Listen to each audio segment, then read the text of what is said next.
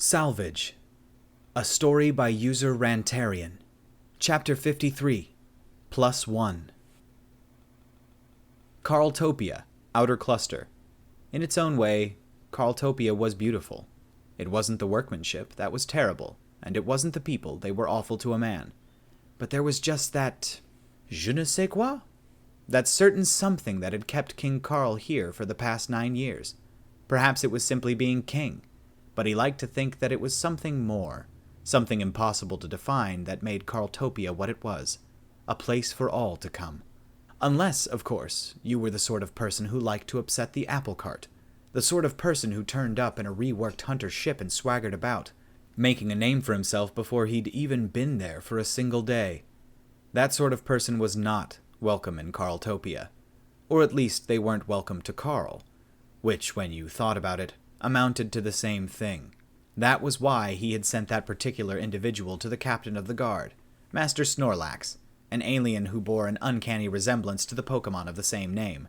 Snorlax knew what to do with troublemakers, and it was a policy that had kept the peace for the 9 years of Karl's benevolent rule.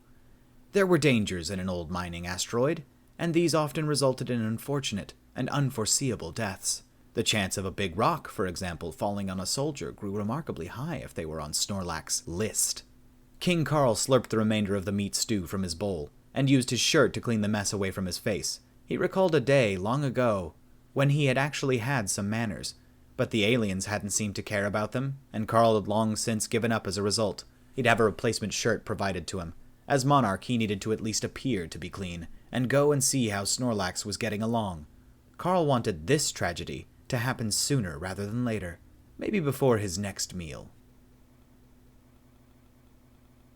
Guard Captain Irgid, better known as Snorlax to King Karl, barked out an order, and the men followed it. They were obedient, willing, and too afraid of him and King Karl to do any different. He was the second most powerful man in Karltopia, and considering that a human was the first and foremost, that was some achievement. He could tell the men to fight each other to the death and they'd do it. And he knew this because he'd done it as part of what King Karl had called Operation Darwin, an effort to ensure only the strongest survive. That particular effort had put smart men into combat with strong men, and for the most part, the strong men had won. According to King Karl, it had been an unmitigated success, but Irgid doubted that had really been the case. Still, there was no arguing with the king. "Captain," called Dargan, a man who may as well be King Karl's pet messenger. Not for the first time, he brought a new recruit to be brought on board and summarily put an end to as quickly as possible. But this time, Irgid recognized the face. 5 Skulls Zrypob. "Void, take me," he breathed as they approached.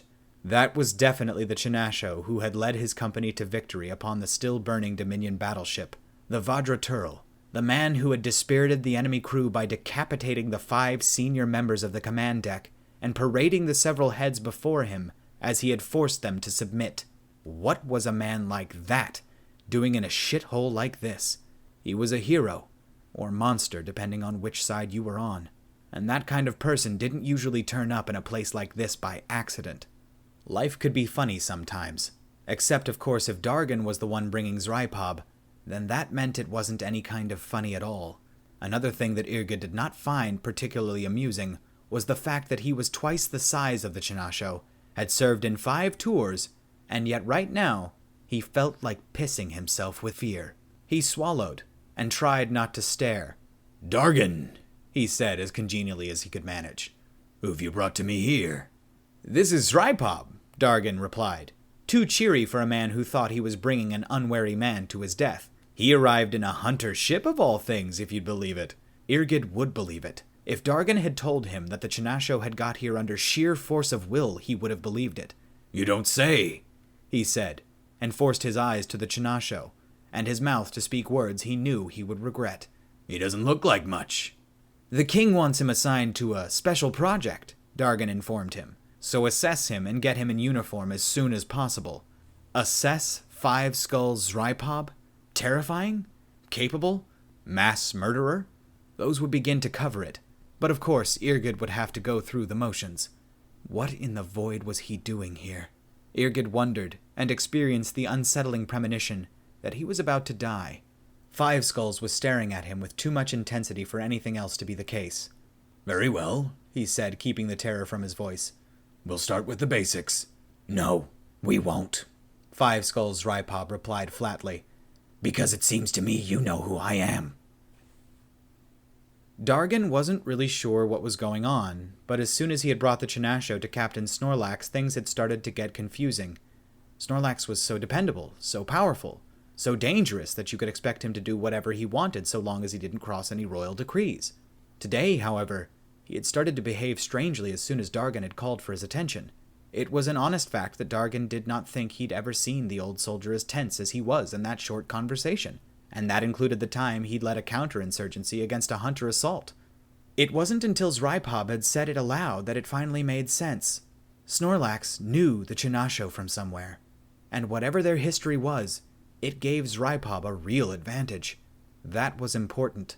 Not many things could scare old Snorlax, least of all a Chinasho half of his size, and yet... Kill this man, Ripop had ordered Snorlax, as though he expected to be obeyed. Dargan snorted at the absurdity of it. To be ordering Snorlax like that could only have one outcome, and it wouldn't be in the Chinasho's favor. Suffice to say, he was surprised when Snorlax didn't hesitate, and then he was too dead to be further surprised when the trigger was pulled. Ripop wiped the blood off his vacuum suit, inspecting it between his fingers before wiping them clean.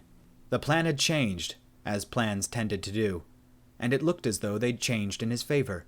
He liked those kinds of changes. What's your name, soldier? He asked, locking eyes with the Thurgian veteran. Your real name. The captain of the guard that Dargan had called Snorlax stood to attention, a fact that was not lost on the extremely confused soldiers who were now staring at the scene and wondering what in the void they should do. Irgid, sir, Irgid replied. Irgid Tahash. I served in the Iron Lines, sir. Quebec's company, Ripop recalled, remembering the few times that the mercenary groups had served together, and more rarely against each other. Good soldiers. How did you end up in this shithole? Bad luck, sir, Irgid said unhappily. The Iron Lines were on the Dominion payroll when we were forced to surrender. Overwhelming numbers. Ripop nodded his understanding. That made more sense than a desperate need to find the shittiest place in the galaxy and move there. That would be a crime in the Dominion forces, soldier. The Dominion can go eat a grell, sir, Irgid replied sharply, showing that he hadn't lost all of his spirit. May I inquire as to why you are here, sir? I was intending to take control of this station, Ripop answered. Irgid's eyes widened in surprise, but also in doubt. By yourself, sir?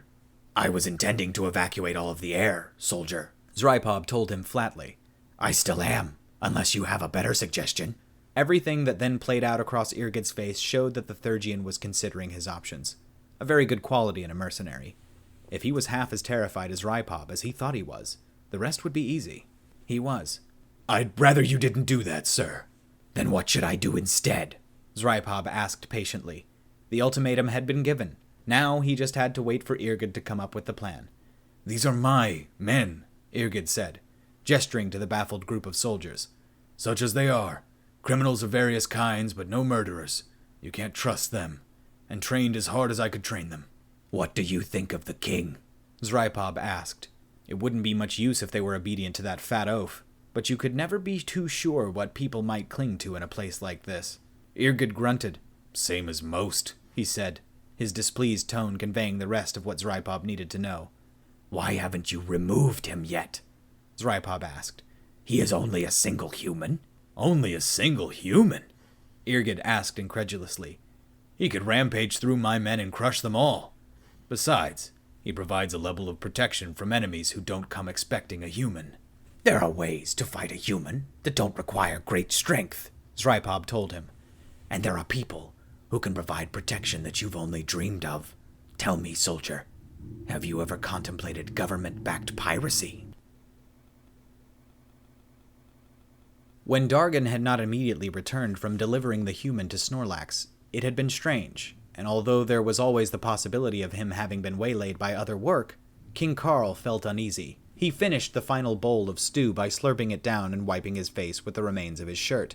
They always got filthy after every meal, but he had the servants to clean them, and availed himself of their various services instead of bothering to maintain the manners he'd set aside almost a decade ago.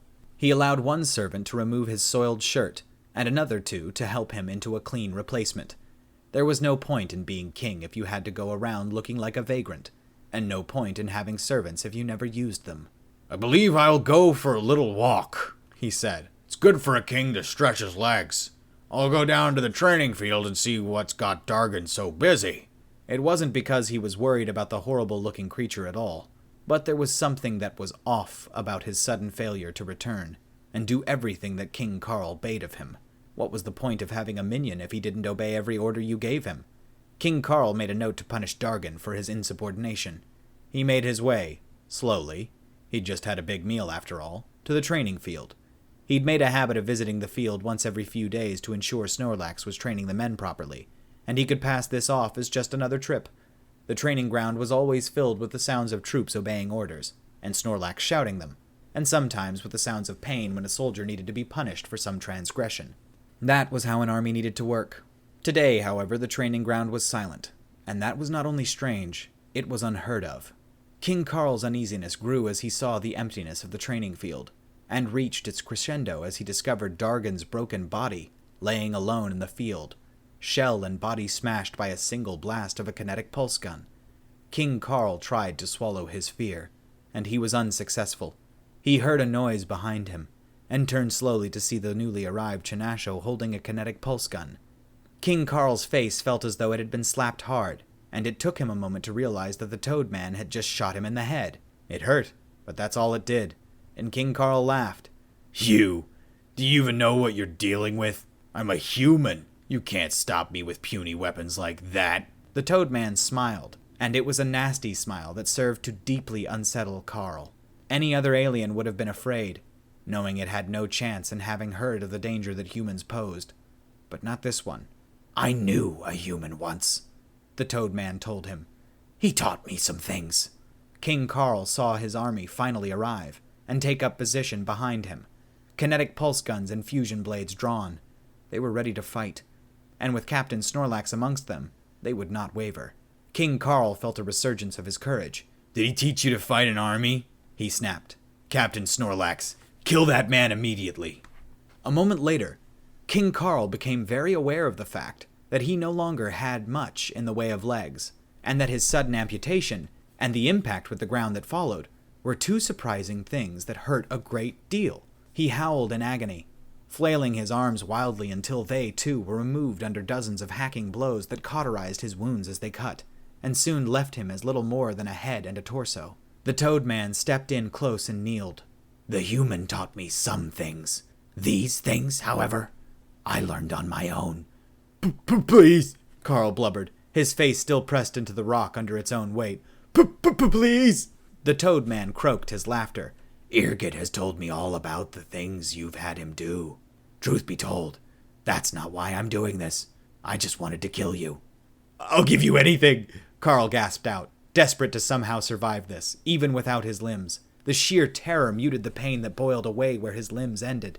"You've already added a number to my name," the Toad Man replied coldly, referencing something that Karl had no possibility of knowing or understanding.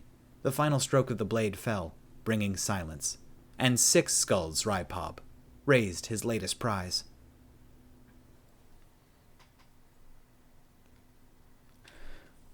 Oh man, so Rypov is scary. I guess it makes sense. You know, Triafa and Beckmer wouldn't have asked, oh god, what was his name? As his. They wouldn't have told As to go out and get, crappy mercenaries. He went out and got really good ones. That's the thing. I mean, who he brought back was pretty awesome. He brought back he brought back Cheer, who was trying to start his own clan anyway, so pretty adventurous. He brought back Adrian, duh. He brought back Adrian, who is a human. He brought back Zrypov, and he brought back And he brought back Tricror, who was a brilliant weapons designer. So he got some of the cream of the crop. Like, he got really, really good outgoing, like, not outgoing. He got really good, he got really good adaptable people. So that would make sense that Zrypov is as scary as he is, given the company that he tends to keep. You know, he was a mercenary before he was ever, you know, he was a real mercenary in the Dominion and Kelsey conflict before he was ever conscripted as a slave soldier by Beckmer and Trialpha. So, yeah. Anyway, guys, thank you again so much for being with me here today. I really enjoy making these for you, and I hope you enjoy listening to them. And, yeah, if you enjoyed it, give it a like. If you did not, tell me why in the comments. And if you have to, I guess you can hit that little down thumbs up. But every time you do that, a unicorn dies. So just know that. Every time you do that, a unicorn dies. But every time you hit the like button, a unicorn is born. So both good things, you know. You can balance it out, you know, however you want. It's up to you guys. Yeah. I will see you guys in the next one. Bye.